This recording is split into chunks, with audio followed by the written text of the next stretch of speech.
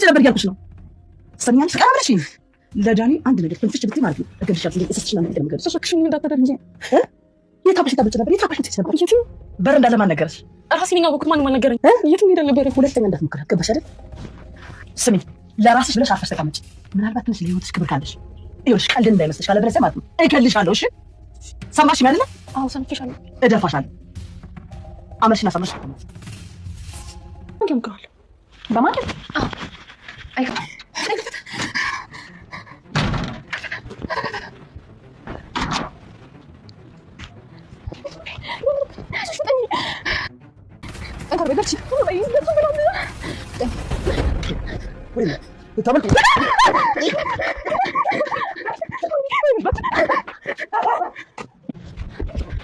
መሪማ ምን ሆነሽ ነው?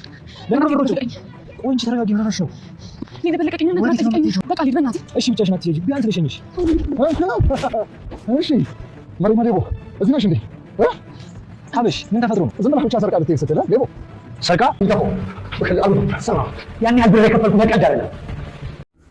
ምስኪናዋ መሪማ የተጨነቀችዋ ግራ የተቀባችዋ በሰው ሀገር ወዴት ትውጣ ወዴት ትግባ በማታውቀው ሀገር በማታውቀው ከተማ ግራ ተጋብታ ከባለ ሆቴሏ ቤት ነገሩ አላመር ስላት ወጥታ ብታመልጥም ነገር ግን ደላላው መልሷት እየተጨነቀች ትገኛለች። የሆቴሉ ባለቤትም ጉሮሮዋን አንቃ እያስጨነቀቻት ትገኛለች።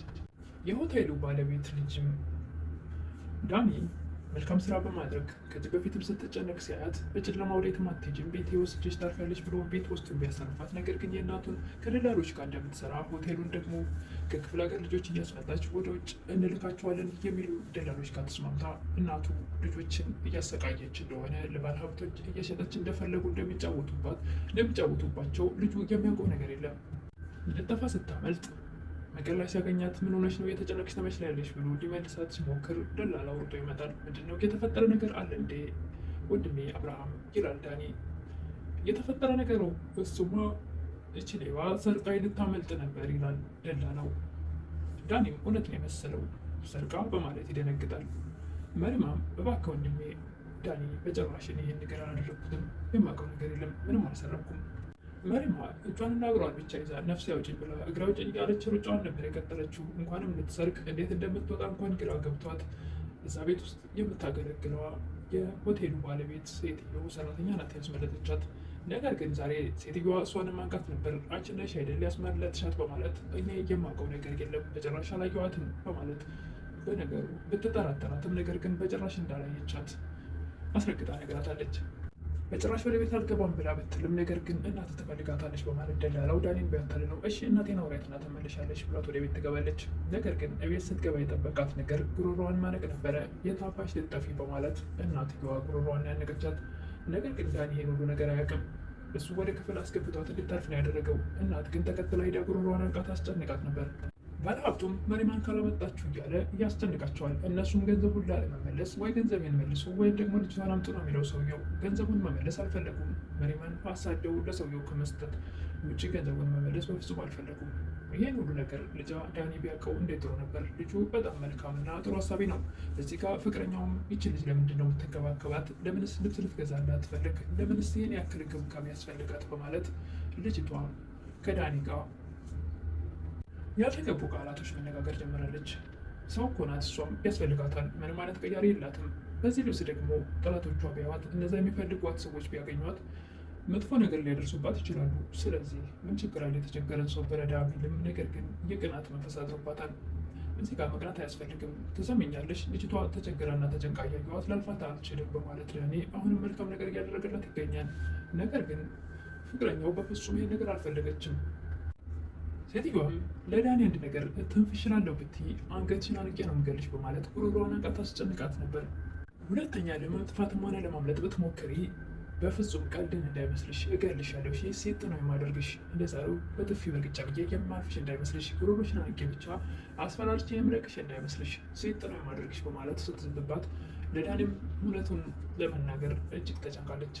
ዳኒም እናቱና ደላላው ይቺ ሌባ ሰርቃ ልታመልጥ ነበር ሲሉት ግራ ተጋብቷል። የእውነት ያደረገችውን መስሎታል። እዛ ባዶ ክፍል የተዘጋባቸውም የመሪማ ጓደኞች ለማምለጥ ጥረት ያደርጋሉ። በር የተከፈተ በር ወይም ደግሞ ያልተቆለፈ በር ለማግኘት ዙሪያውን ሲዞሩ አንዷ በሩ ተከፈተልን ፍጠኑ ማምለጥ አለብን በማለት ነገር ግን ደካክማ የተኛች አንድ ጓደኛቸው ከነሱ እኩል ልትራመድላቸው አልቻለችም። አንደኛዋ እባካችሁ እናንተ ከእኔ እኩል ልትሄዱ አልቻላችሁም ጥያችሁ ልሄድ ነው ስትል እንዴት እዚህ ብቻችን ጥለሽ ትሄጃለሽ በማለት አብረው እንዲሄዱ ያደርጋሉ። ነገር ግን ልጅቷ ብቻዋን አልቻለችም። ሁለቱም እሷን ደጋግፈው መሀል ላይ አድርገው በቀኝ በግራ ከበዋት ይዘው ለመሄድ ሲያስቡ ልጅቷ አቅሟ ስላነሰ ስለደከማት አንደኛው የደላላው ተላላኪ መጥቶ ሁሉንም በጥፊ በእርግጫ ስቃይ መከራ ያሳያቸው ነበር። መፈጠራቸውን እስኪረሱ በምን ቀን ነው እዚህ ሀገር የመጣ ነው ያልፍልናል ብለን እዚህ ድረስ መተን ይህ ሁሉ ስቃይ የሁሉ መከራ ጭራሽ ደግሞ ከሀገራችን ሳንወጣ በሀገራችን ምድር የሁሉ ስቃይ። ከገጠሪቷ ከትንሿ ከተማ ተነስተን ወደ አዲስ አበባ ስንጓዝ በቀላሉ ህይወት የሚቀየር መስሎን ነበር። ነገር ግን የጠበቅነው ሳይሆን ያልጠበቅነው ሆኗል። የደላላው ተላላኪም ምንም አይነት ርኅራኄ ሳይኖረው በጥፊና በእርግጫ እያለ ያሰቃያቸው ነበር።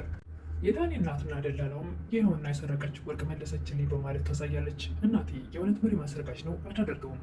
አየህ አይደል እንደዚህ አይነት የተልከሰከሰ ሰው እዚህ ቤት መኖር የለበትም ከዚህ ቤት መባረር አለባት በማለት ደላላው አብርሃምም ነገሮችን ማባባስ ይጀምራል። በጭራሽ እናንተን አላምናችሁም ይላል ዳኒ።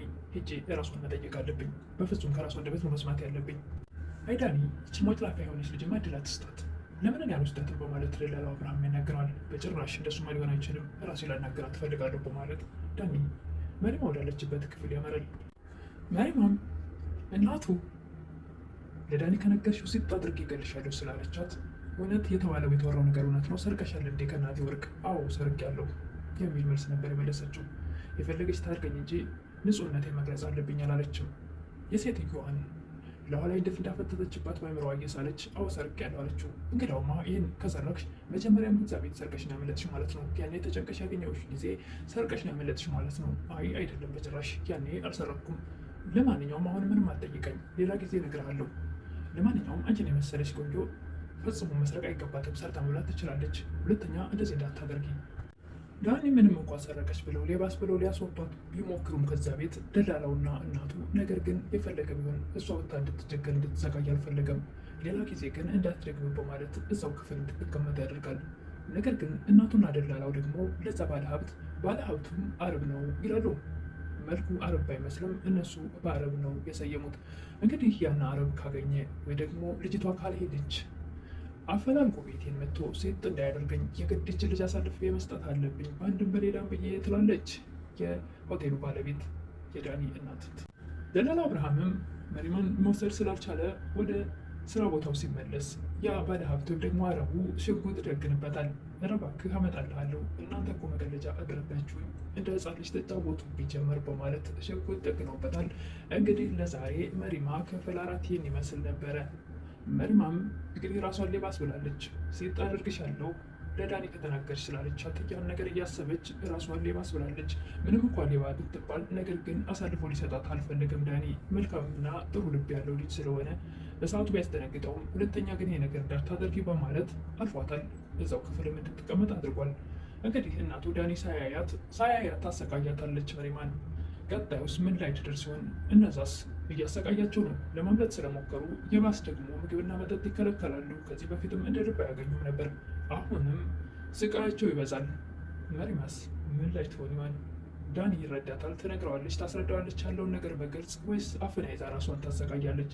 እናቱም ይሄን ነገር ካወቀች ወይ ደግሞ አሳልፋ ለዛ አረብ ካልሰጠቻት በጭራሽ መሪማን ሴት እንደምታደርጋት እንጂ በቀላሉ እንደማትተዋት ትነግራታለች።